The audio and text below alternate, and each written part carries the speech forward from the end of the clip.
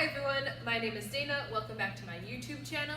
Today I'm going to be talking about why heel is important and why you should teach heel even if you never plan on doing any dog competitions, you're not really interested in going very far with your training, all you want is a pet.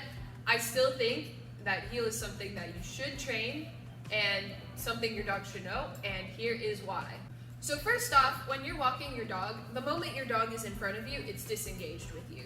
So if a situation were to arise where there's a loose dog, or say even if it's the stuff they spray on lawns to like kill weeds, you don't want your dog walking on that, it's a lot harder to get your dog to be in a position where it's safe, especially when it's far ahead doing that satellite dish thing, If you let your dog just completely own the walk, that's never a good sign for anything if an emergency, or even something where you don't know if it's emergency. Things like that will make it a lot more difficult if your dog doesn't know heel. Another thing to mention too is, even if your dog knows heel, it does not mean it has to be in the heel position all the time. With Ammo, she is not in the heel position all the time. Gunner, I have him in the heel position all the time because he has a track record of lunging and shelter dogging the moment he's given control. You should always have the mindset when you're going for a walk that it is your walk and your dog is lucky enough to come along with you. So if it is making the executive decision, I want to go sniff something over there, and you don't want them to sniff, you should just keep walking. And if it keeps on tugging on that leash, that's when you take away the loose leash walking privileges and have them be in the heel for a little while. Same with, say, there's someone walking and they have a dog, and your dog is at the end of the leash going, oh my gosh, there's a dog. That's where I'd be like, nope, okay, you don't get to do this. Get in that heel position. And even if it's weird, because another thing with heel position is it should always be on one side of you. That's where you should always have them. Your dog has to just get used to the fact that it isn't in control of the situation. You are.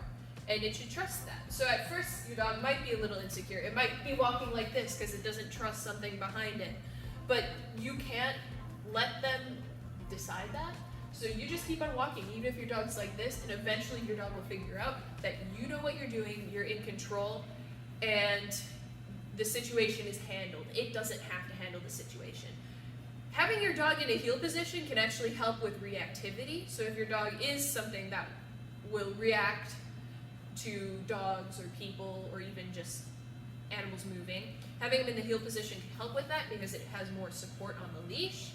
It can also help if your dog has anxiety, learning to trust you. So, for example, if your dog is very weird about having people walk behind it, you having that support in that heel position can really help your dog work through it. The mistakes you don't want to make is if your dog stops and you don't want to stop, don't stop. Keep on going. Put that pressure on the leash. Have them work through it. Obviously, don't go pulling them around, but, that leash pressure is okay. And your dog might fight it at first, especially if they're not used to having these privileges that they used to have be taken away. But one thing I cannot stress enough is in human relationships, you can't have love without respect. So if your dog doesn't respect you and your dog is using you and taking advantage of you, I would definitely start enforcing some boundaries and making sure your dog knows that no means no. Because just like a person, if the person isn't respecting your boundaries, it's the same with the dog. If the dog isn't respecting your boundaries, then it's kind of using you. It'll still be happy to see you, but is it because it loves you, or is it because it knows it can get whatever it wants from you? So you're not going to hurt your dog's feelings. They won't hold grudges like people might. So make sure that if you're walking, you set those boundaries while you're walking, that it is your walk and your dog is just coming along for the ride. And obviously don't make it a bad thing. Don't be like, all right, we're walking, you're coming with me. It should be a partnership thing where the dog's like, okay, we're going for a walk. Where are we going? Oh, okay, we're going here. Great, I'm so happy to be with you.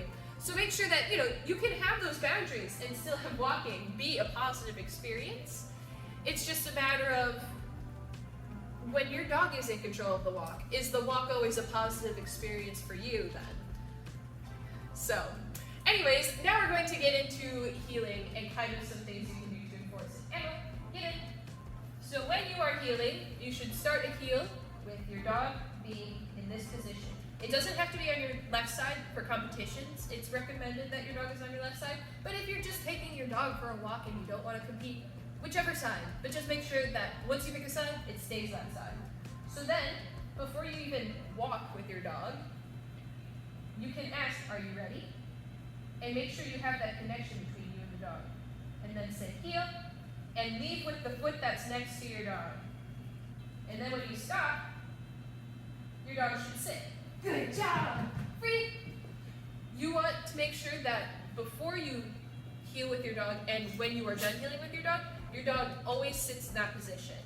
And that's really good. Say, what if someone on the street goes up to you and goes, oh, hey neighbor, how are you doing? You can stop and have a conversation with them, and your dog's not going satellite dish all around you. So make sure to teach them to go into that position. And if your dog leaves, you can say, hey, get in. And your dog will return to that position, and you can continue the conversation, which is a lot easier than the dog the entire time just being that satellite.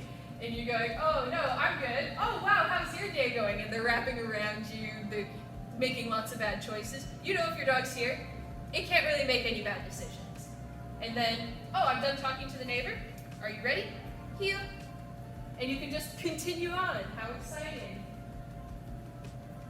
And then if your dog struggles with, like I said, people being behind you and stuff, you can literally, have a soda can on a rope and drag that thing behind you so that your dog gets used to having noises behind you and things happening behind you.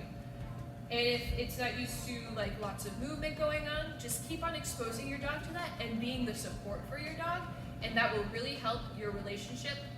It will make your dog understand that it can trust you, you can handle the situation, and it will also help your dog respect you. So like I said, heeling doesn't have to be the whole time. Okay, so say we're heeling for a while. Okay, go free, go free. And now look at she can go and do her own thing. She wants go free. So then say, go free, go free. So say there's a loose dog. Emma, get in.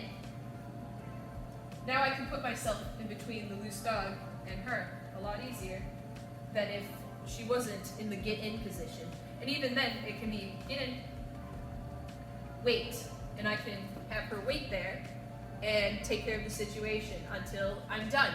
But either way, if your dog's in a heel position, it's a lot easier to go no, no, than if your dog is off willy-nilly loose. And that's another thing too, leashes have a handle at the end, but that does not mean that's where you should be holding it. I would do a little something like this, even if you're loose leash walking, and that way, it's not like an actual satellite dish situation. Or if you do want to hold on to the handle, hold on with another hand, and then you can give and take slack as you wish as well.